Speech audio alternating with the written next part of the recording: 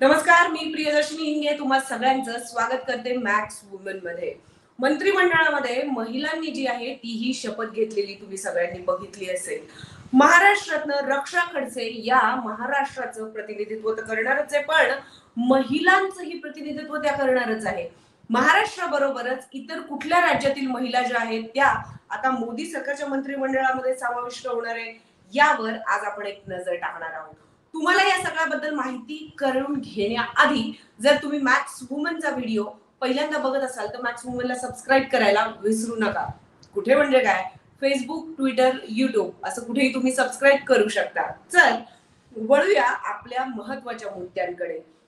महत्वाचा मुद्दा म्हणजे मोदी सरकारमध्ये कुठल्या कुठल्या महिलांचा समावेश जो आहे तो मंत्रिमंडळामध्ये केला गेलेला आहे, यावर आज आपण एक नजर टाकणार आहोत.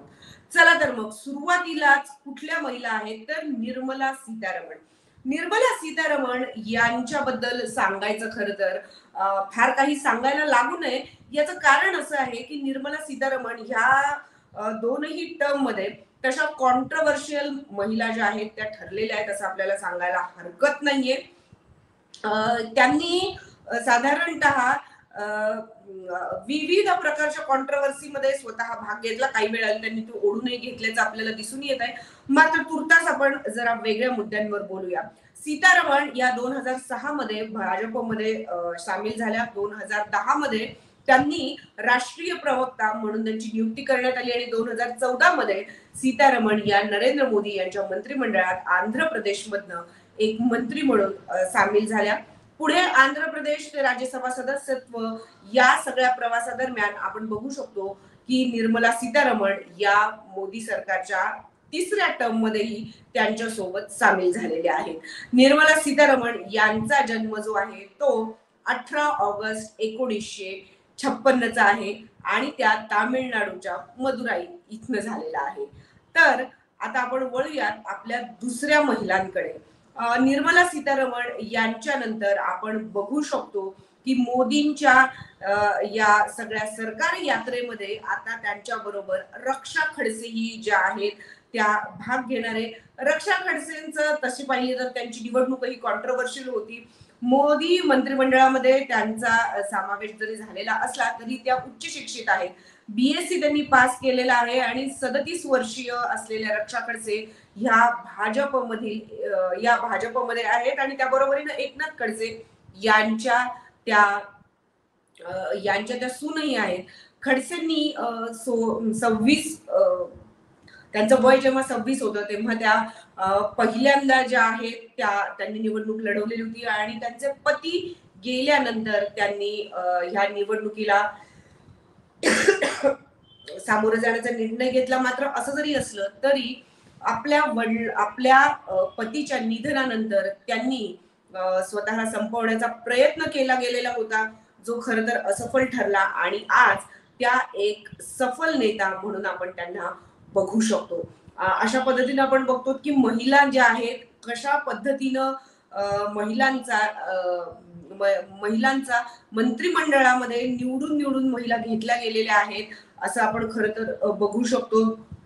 तिसऱ्या ज्या महिला आहेत या महिला ज्या आहेत तुम्ही बघता आहात स्क्रीनवर, यांचं नाव आहे अनुप्रिया पटेल. माफ करा, यांचं नाव आहे अन्नपूर्णा देवी.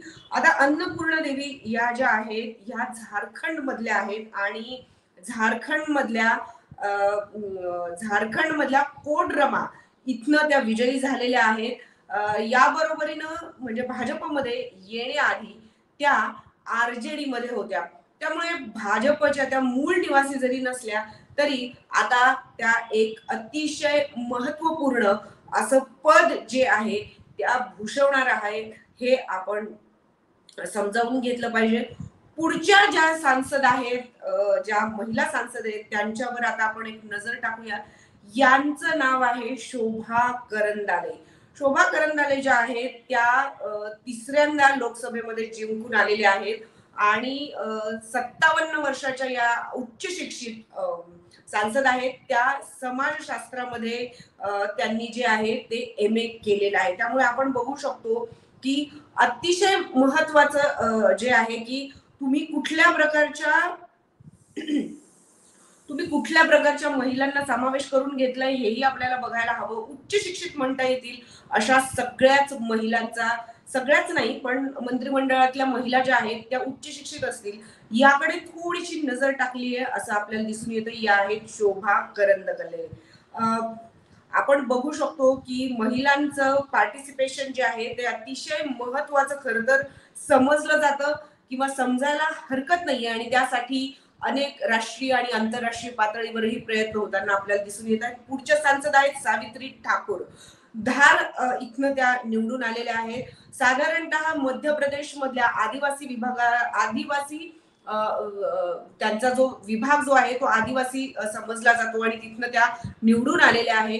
46 वर्षाच्या मध्य प्रदेश मधल्या सावित्री ठाकूर यांचा हा चेहरा जो आहे तो आदिवासी चेहरा म्हणून प्रमोट करण्याची शक्यता आपल्याला इथे वर्तवली जाते आणि लोकही त्यांना अशा पद्धतीनं प्रतिनिधित्व करताना आपल्याला दिसून येतात. त्यामुळे आदिवासी महिलांचे प्रश्न हिरहिरीनं सामोरे येतील अशी आशा आपण व्यक्त करूया.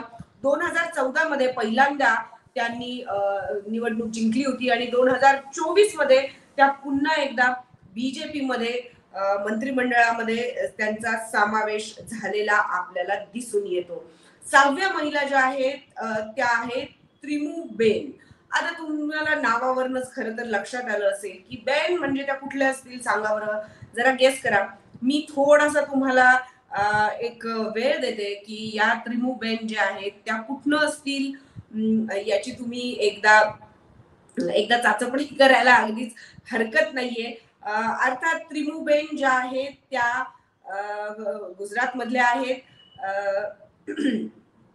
आणि गुजरात मधील भावनगर इथनं त्या जिंकून आलेल्या आहेत. लोकसभा निवडणूक त्यांनी लढवलेली आहे हे वेगळं सांगायला नकोच.